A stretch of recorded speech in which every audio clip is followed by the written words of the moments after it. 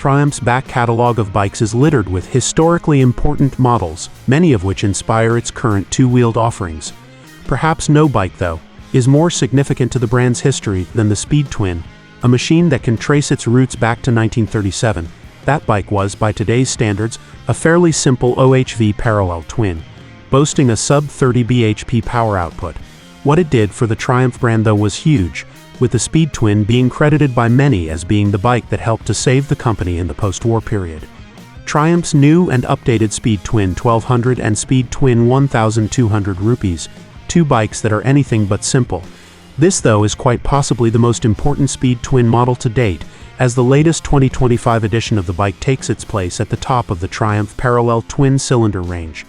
To find out how both versions of the bike handle, we've headed to the southeastern corner of Mallorca to spend a day riding each machine on seemingly endless switchback roads.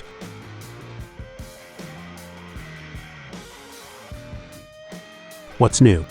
With the Speed Twin's status at the head of the table now confirmed, Triumph has taken the 2025 model year to improve and update the bike more than simply exceeding Euro 5+ regulations. For starters, the new bike is more powerful than before, boasting 103 bhp and 87 pound-feet of torque. The increase in peak power and torque is backed up by a boosted mid-range, hopefully making the already gutsy 1200cc engine even more entertaining on the road. Technology is boosted for 2025 too, with both bikes gaining an IMU, meaning lean-sensitive traction control, and ABS. Topped off with a new hybrid LCD and TFT dash, the bikes now feature riding modes specific to each model, with the stock 1200 gaining a road and rain mode, while the RS gets an extra spicy sports mode too. The RS version of the bike also gains a quick shifter, becoming the first parallel twin 1200 from the brand to feature one. The stock 1200 can't be retrofitted with one either, due to the rear set placement on the RS making space for the quick shifter to be used. Suspension. Another area of differentiation between the two versions is in the chassis. While the stock machine gets Triumph-branded J1 front calipers and a master cylinder, the RS gets higher-spec Brembo Stylema stoppers hooked up to a matching Brembo MCS master cylinder. On the suspension front, both get a Marzocchi fork, although on the RS, full adjustability is on hand and specific base settings.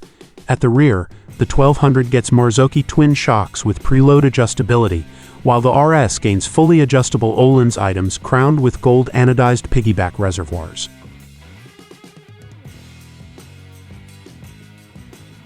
What's it like to ride? The Speed Twin was a bit of a funny model in the range, overshadowed by the higher-spec Thruxton, and for me, it never seemed to know whether it was a straight roadster or an out-and-out retro sports bike. That changes for 2025, as the new bikes step out from the Thruxton's shadow, and most definitely stake a claim to the retro sports bike moniker. Updates to the technical stuff are aplenty, but there are also a number of visual tweaks to set the new model apart from the old. The aluminium headlight brackets are one thing, while a reshaped fuel tank also sets it apart from the outgoing model.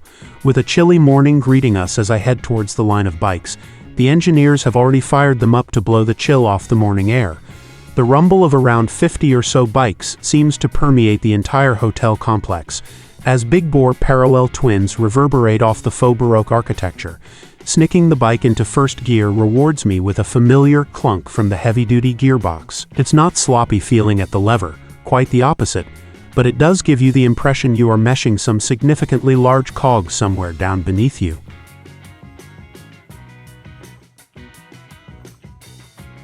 Riding. It's super easy to get settled on a bike like this. The riding position is extremely roomy, and with traditionally placed bars and pegs, you immediately feel at home and relaxed.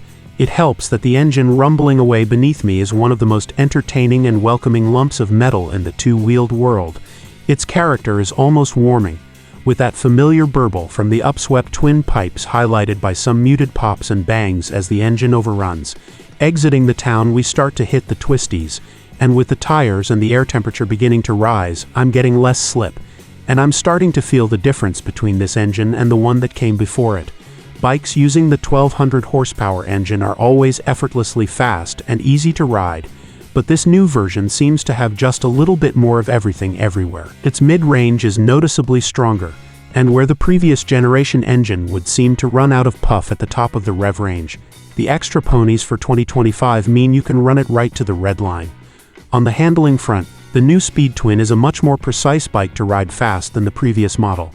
The suspension on the Stalker is slightly softer on factory settings than the RS, and with a more relaxed rider triangle and slightly lower tail, the steering feels light at slow speeds but still direct and pointy enough at pace to allow you to pin it to an apex.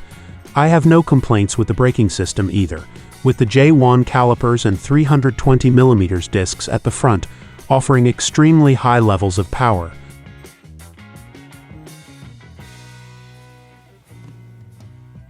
Brake. The initial bite from the brake is quite sharp, and on a couple of occasions, I send the front suspension diving through its travel with an over-exuberant grab of the lever. Thankfully, it's not taking too long to get to grips with the stoppers. And with cornering abs coming as standard now, even the stock 1200 provides you with braking performance that is pretty much sports bike specification. On a couple of occasions, I feel the cornering abs wading in, but it's a very unobtrusive system, smoothly and accurately modulating the brake pressure on my behalf. The other side of the IMU is dealing with the traction control system of the bike, and that is where things are starting to get interesting. It's a phenomenally clever system. It's so clever that as I'm coming out of corners, and while still carrying some lean angle, I'm asking for throttle and can feel the bike holding back on delivering me any.